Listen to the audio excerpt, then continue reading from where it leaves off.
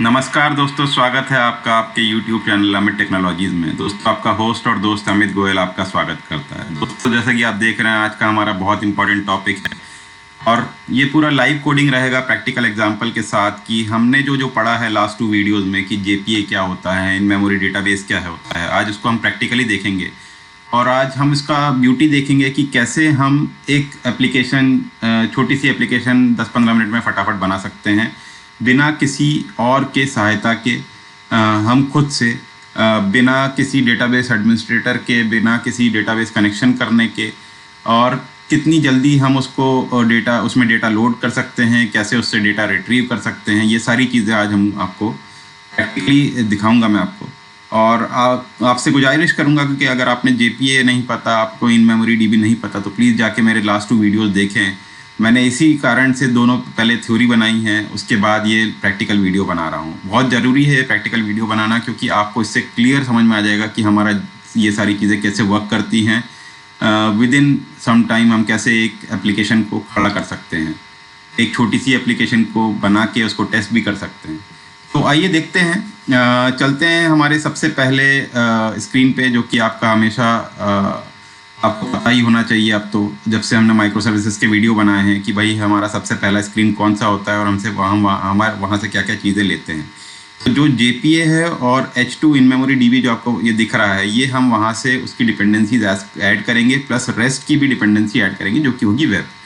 तो आइए चलते हैं हमारे सबसे पहले स्क्रीन पे, जिसका नाम है start.spring.io, और ये हमारा स्प्रिंग इनिशियलाइजर का पेज है, जहाँ पे हमारा प्रोजेक्ट रहेगा मेवन प्रोजेक्ट, लैंग्वेज रहेगी जावा, स्टेबल वर्जन लेंगे 2.4.0, जावा ग्रुप रहेगा com.example.jpa डेमो JP एग्जाम्पल। ये क्या है? Demo project for spring boot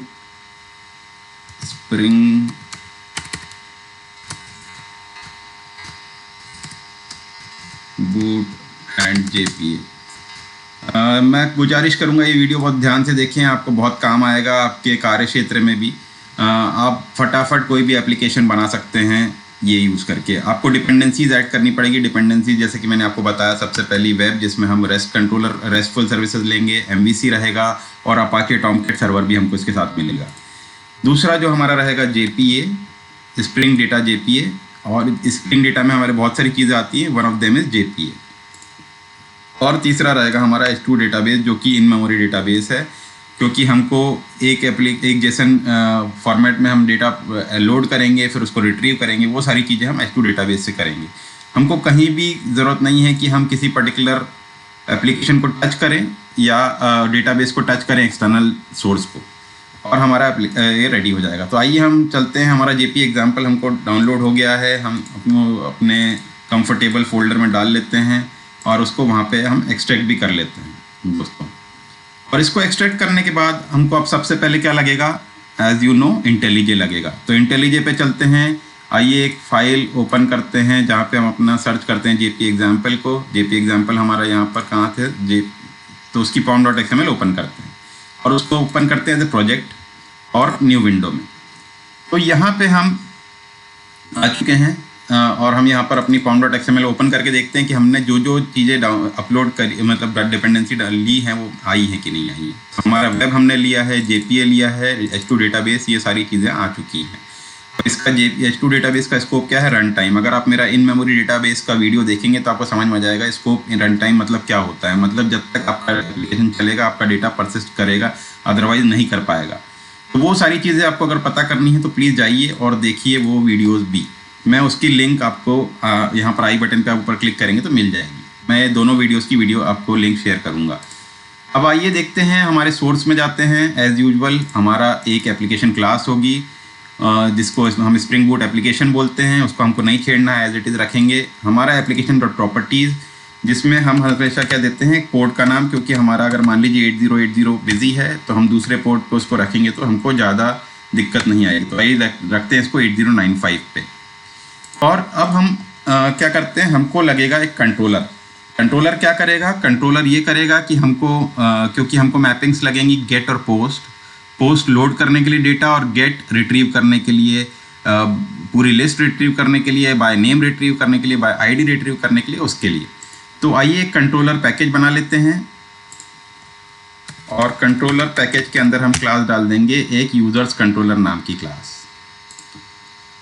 दोस्तों बार बार देखिएगा अगर कुछ भी चीज़ें सब, क्योंकि बहुत ही ईजी है और आपको बहुत ही कंफर्टेबल भी रहेगा। यूज़र कंट्रोलर करके एक हमने क्लास बना ली।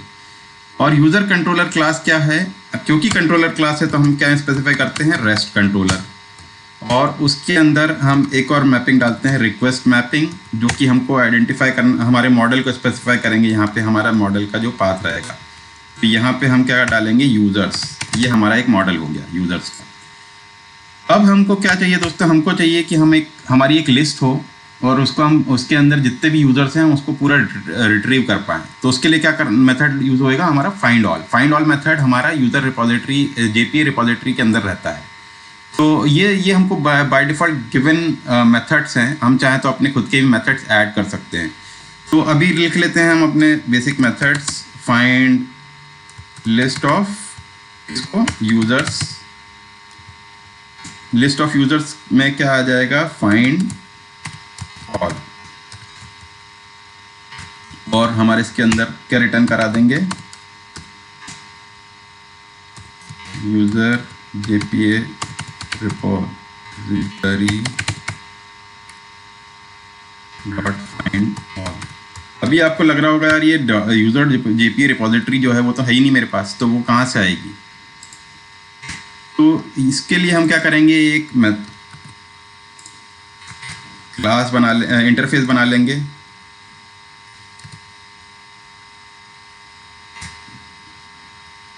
यूज़र JPA रिपोजिटरी और उसमें उसका वेरिएबल ये रहा,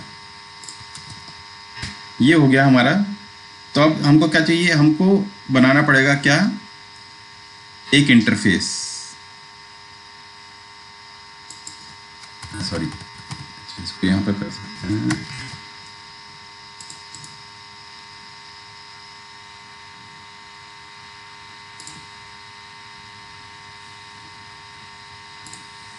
create interface user JPA repository, ये बना लेते हैं हम।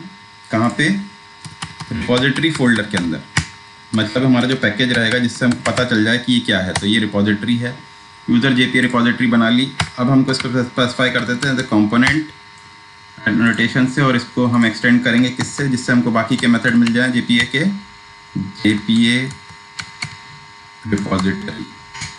और JPA रिपोजिटरी एज आपको पता है कि हमारे पास क्या है, यूज़र्स। ये क्या हो गया, एक टेबल हो गया, और हमारा जो प्राइमरी की हो गया वो लॉन्ग हो गया, जो कि एक आईडी रहेगा हमारे लिए।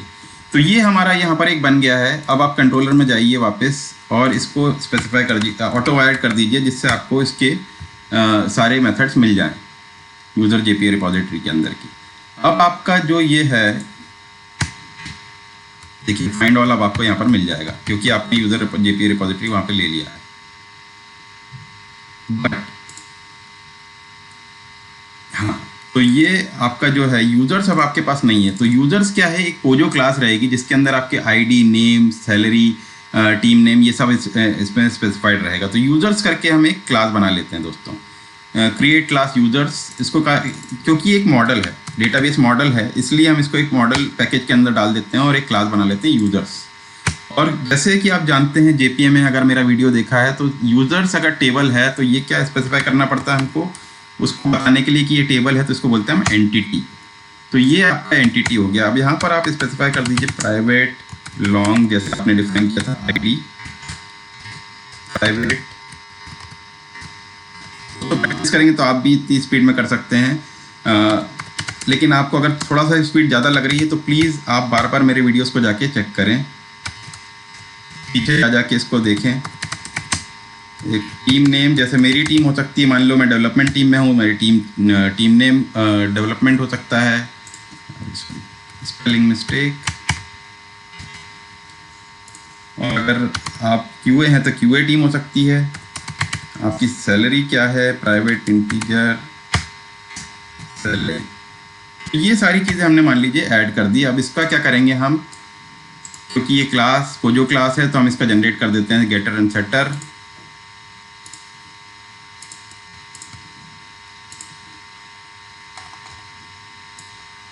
इसको ऊपर ले लेते हैं जिससे हमको पता रहे कौन कौन से डिफाइन किए हैं।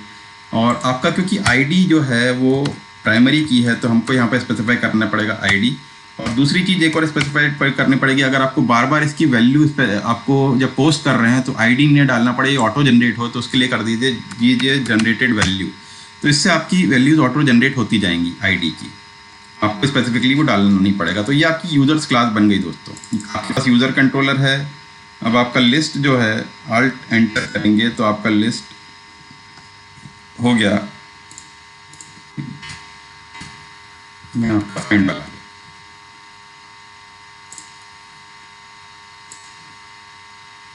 List find all users.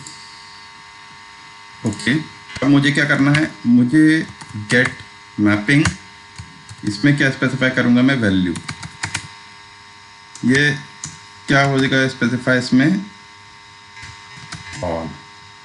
जब ये यूजर स्लैश ऑल कॉल होगा तब जाके आपका फाइंड ऑल मेथड कॉल होगा। उस फाइंड ऑल मेथड में जितनी भी आपके लिस्ट में वैल्यूज होंगी वो सारी पिक होके आ जाएंगी दोस्तों।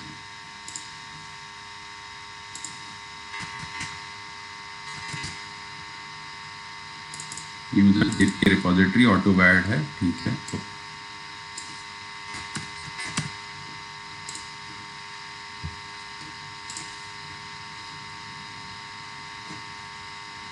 यहाँ पे एक बार देख लेते हैं क्या समस्या है। List users, list of users,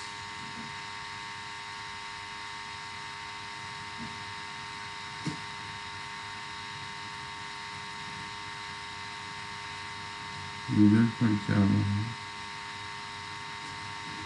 I think कोई प्रॉब्लम नहीं है।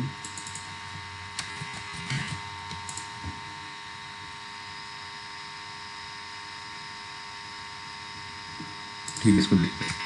अब आपका दूसरा मेथड क्या रहेगा, मान लीजिए आपको किसी को बाय नेम आपको गेट करना है। ओ तो पब्लिक यूजर्स कर दिया फाइंड बाय नेम। इसके अंदर आपका आ जाएगा पाथ वेरिएबल, फाइनल स्ट्रिंग, तो ये नेम है तो नेम से, और आप इसमें क्या रिटर्न कराएंगे,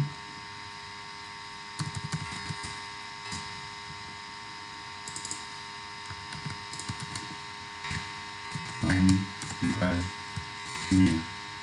बट ये यहाँ पर नहीं है तो इसके लिए आपको करना पड़ेगा एक मेथड डिक्लेयर, कहाँ पे, आपके यूजर रिपोजिटरी में,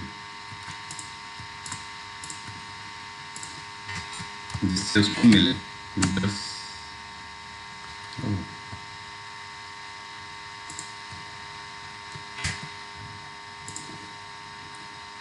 users find by name, pass कर दीजिए स्ट्रिंग नेम। ये आपका मेथड आपने डिफाइन कर दिया यहाँ पे। अब यूज़र कंट्रोलर में जाइए, देखिए शायद वो यूज़र्स को हमने वहाँ पर नहीं कर रखा था यूज़र रिपोजिटरी के अंदर इंपोर्ट, इसलिए ये प्रॉब्लम दे रहा था यूज़र कंट्रोलर के अंदर यहाँ पर में। तो ये हमारा हो गया आपका। और इसके अंदर भी क्या होगा, गेट मैपिंग रहेगी आपकी। गेट मैपिंग में आप क्या पास करेंगे, जब आपको वैल्यू इज इक्वल्स टू क्या रहे, नेम। जब आपको पाथ में नेम मिलेगा, जब आपको पाथ में नेम मिलेगा तब आप उसको लेके फिर आपका नेम गेट करेंगे। ये हो गया आपका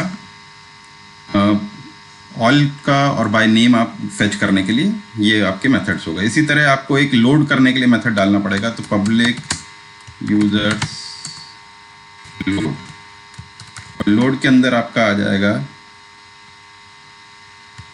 रिक्वेस्ट बॉडी। कहाँ से लोड करेंगे आप, बॉडी से, फाइनल यूजर्स यूजर, और इसके अंदर क्या करेंगे, यूजर रिपोजिटरी से डेटा को सेव करेंगे। ये सेव मेथड देखिए ऑलरेडी प्रेजेंट है, और यहाँ पे आपको क्या पास करना है, यूजर्स। यूजर्स आप पास कर दीजिए, पूरा का पूरा आपका डेटा सेव हो जाएगा। और रिटर्न करेंगे आप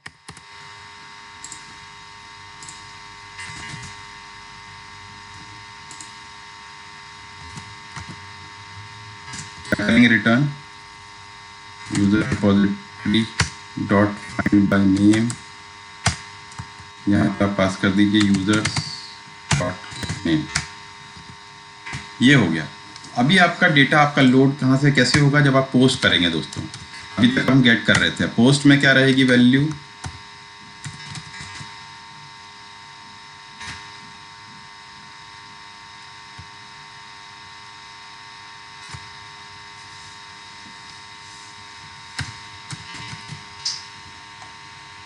ये हो गया आपका पोस्ट में लोड। जब आप लोड यूजर्स स्लैश लोड करेंगे तो आपका ये जो डेटा रहेगा वो आप अपने जेसन फॉर्मेट में, मैंने अपने लिए डेटा बना रखा है, जैसे मान लीजिए अपन 2 बना लेते हैं इस टाइप से। अमित हो गया, उसकी ये हो गई, नेम अजय हो गया, टीम नेम क्वालिटी या क्यूए,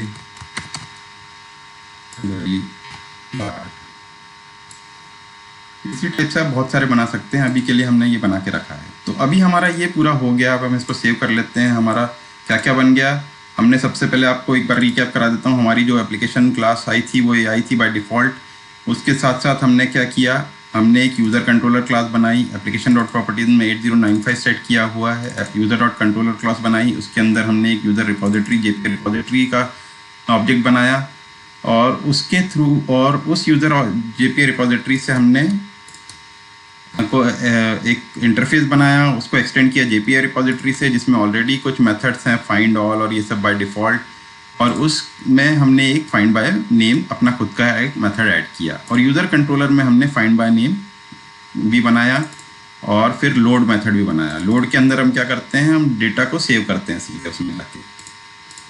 तो ये हमारा इस टाइप से हमारा बन गया है। और ये बनने के बाद हमने क्या किया, एक यूज़र्स क्लास बनाई और उसमें लॉन्ग उसमें हमने कुछ डिफ़ाइन किया है वेरिएबल्स, जैसे ID, name, team name, salary. उसके गेटर सेटर बना दिए। आईडी को हमने बाय डिफ़ॉल्ट प्राइमरी की बनाया। हमारा यूज़र्स जो है वो टेबल है, इसलिए वो एंटिटी है। ये सारी चीज़ें हमने करी हैं। तो सब एक दूसरे से लिंक्ड हैं, कहीं कुछ अलग नहीं है। और सिंपली अब हम क्या करेंगे, हम अपनी एप्लीकेशन को रन करेंगे और चेक करेंगे कि हमारा जो हमने बनाया है ये सब क्लियरली चल रहा है कि नहीं चल रहा है। तो दोस्तों ये JPA बाय डिफ़ॉल्ट इतनी अच्छी फैसिलिटी देता है कि हमारा टेबल डिफ़ाइन कर देता है, हमको कुछ मेथड्स दे देता है जिसको हम कॉल कर सकते हैं, उससे कुछ लिस्ट में से वैल्यूज़ निकाल सकते हैं, वैल्यूज़ ऐड कर सकते हैं। तो ये जब एप्लीकेशन चालू हो जाएगा, जैसे ये चला गया है, क्योंकि वेब है तो by default Tomcat server already है, इसमें MVC का पूरा सब कुछ है। हमारा जो कोड रन हो रहा है वो 8095 पोर्ट पे कर रहा है। अगर हम इसको नहीं डालते, हम हटा भी सकते थे, तो ये हमारा 8080 पे चलता रहता। तो ये हमारा एप्लीकेशन चालू हो चुका है। अब हम जाएंगे और एक अपने एप्लीकेशन को टेस्ट करने के लिए रन करते हैं। तो आइए, लोकल होस्ट 8095 हमारा है बाय डिफ़ॉल्ट, उसको देखते हैं। हाँ, हमारा एप्लीकेशन चल रहा है। अब हमारा क्या था, यूज़र्स और उसमें ऑल। तो ये जब हम करेंगे तो हमारा देखेंगे आप यहाँ पर ब्लैंक आ रहा है, कुछ नहीं है। तो हमको इसके लिए आपको मैंने बताया कि जब हम अपने एप्लीकेशन पे काम करते हैं तो सिंपली क्या करते हैं, हम पोस्ट करते हैं चीज़ें। सेव, जब भी हम सेव करते हैं तो पोस्ट कॉल होता है। तो पोस्टमैन उसके लिए यूज़ करते हैं जब हम आपको हमारे पास ये बाय डिफ़ॉल्ट चीज़ें हमको यूज़ करने के लिए हैं। तो और जब पोस्ट यूज़ करना है तो हमको क्या करना पड़ेगा दोस्तों, हमारा जो है कंट्रोलर वो क्या करता है, लोड कॉल करता है। जब हम यूज़र स्लैश लोड कॉल करेंगे तो हमारा पोस्ट कॉल होएगा और वो डेटा सेव करेगा। तो आइए कर लेते हैं, यहाँ से कॉपी कर लेते हैं लोड, इसको कॉपी कर लीजिए और यहाँ पर URL एंटर कर दीजिए लोड। अब आपको कहाँ करना है, बॉडी में। बॉडी में आपको डेटा डालना है, तो आप ले लीजिए ये डेटा, मान लीजिए ले लिया पहला डेटा।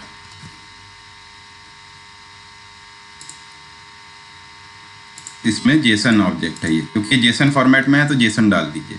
और यहाँ पर देखिए, जैसे आप सेंड करेंगे तो आपका डेटा लोड हो जाएगा। कहाँ पे, 8095 के अंदर। तो सेंड क्लिक कर लीजिए। जब आप सेंड करेंगे तो रिक्वेस्ट जाएगी, सेंडिंग रिक्वेस्ट दिखाएगा और ये देखिए आपका पहला डेटा लोड हो गया दोस्तों। आईडी, क्योंकि हमने जनरेटेड वैल्यू यूज़ किया है यहाँ पे,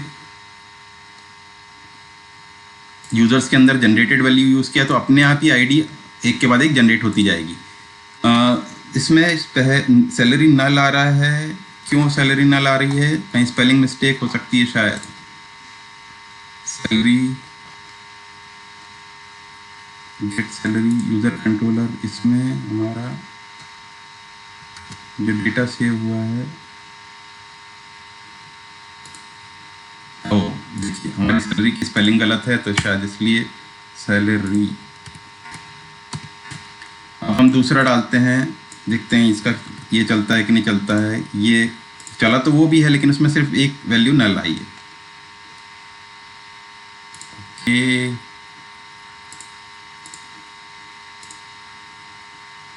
पहले हम उसको रिट्रीव कर लेते हैं एक बार, क्योंकि हमने किया है। तो आ गया हमारा पहला वैल्यू नल। इसको कोई प्रॉब्लम नहीं है, हम इसको देखते हैं। हम दूसरा वैल्यू डालते हैं इसमें, मान लीजिए अपना अजय वाला। इसमें सैलरी करेक्ट कर दिया हमने। अब इसको से सेंड करते हैं तो क्या होगा, दूसरा वैल्यू भी से चला गया। इसमें देखिए सैलरी आ गई है। तो इसमें हम जब रिट्रीव करेंगे तो यहाँ पर सैलरी आनी चाहिए। ये देखिए दोस्तों आ गया है। अब ये जो है हमने क्या किया है कि अब हमने अजय और अमित दो नाम से हमारे पास हैं। तो ये देखिए सैलरी की स्पेलिंग सही थी, तो इधर नल नहीं आया, इधर आ गया। ये हमारा प्रॉपरली चल रहा है, हम टेस्ट भी कर सकते हैं। अब हम इसको अजय डाल देते हैं यहाँ पे, मान लीजिए। तो अजय से मेरे को एक ही वैल्यू आएगी। अब हम अमित डालते हैं तो ये अमित वाला रिट्रीव हो गया। अगर हम इसको नहीं कुछ गलत और डाल देते हैं, मान लीजिए रॉन्ग वैल्यू, तो कुछ नहीं आएगा। तो ये होता है हमको टेस्ट करने के लिए एकदम परफेक्ट एग्जाम्पल। तो ये हमारी सारी चीज़ें चल रही हैं। आप चाहें तो इसको टेस्ट कर सकते हैं। ये केस सेंसिटिव होता है, तो अजय स्मॉल इसलिए नहीं चलेगा, अजय कैपिटल करेंगे तो चल जाएगा। तो यही चीज़ें हैं दोस्तों। तो ये देखिए बहुत ही सीधा सिंपल एग्जाम्पल। फिर से रिकैप कर देता हूँ थोड़ा सा, क्योंकि आप प्रैक्टिकल एग्जाम्पल है। 8095 पे पोर्ट पे हमारा रन कर रहा है। बाय डिफ़ॉल्ट जब आप जनरेट करेंगे प्रोजेक्ट, तो ये आपकी क्लास आ जाएगी, application class. User controller class बनाइए, उसके अंदर यूज़र JPA रिपोजिटरी का एक इंटरफेस, एक वेरिएबल बनाइए, उसका एक इंटरफेस बनाइए, जैसे इंटरफेस हमने बनाया है, और उसको हम एक्सटेंड करिए JPA रिपोजिटरी से, और उसके अंदर पास करिए जो भी आपका एंटिटी है। जैसे हमारा यूज़र्स एंटिटी है, तो यूज़र्स क्या है, एंटिटी मतलब टेबल है, और उसके अंदर ये वैल्यूज़ हैं। तो ये सिंपल पूरा फ्लो रहता है जैसे आपको कोई भी एप्लीकेशन बनाने के लिए। तो ये होपफुली आपको बहुत बेनिफिशियल रहेगा। आप प्लीज़ ध्यान से देखिए और बार बार देखिए। आज के लिए इतना ही। कीप लर्निंग, कीप ग्रोइंग दोस्तों। थैंक यू दोस्तों।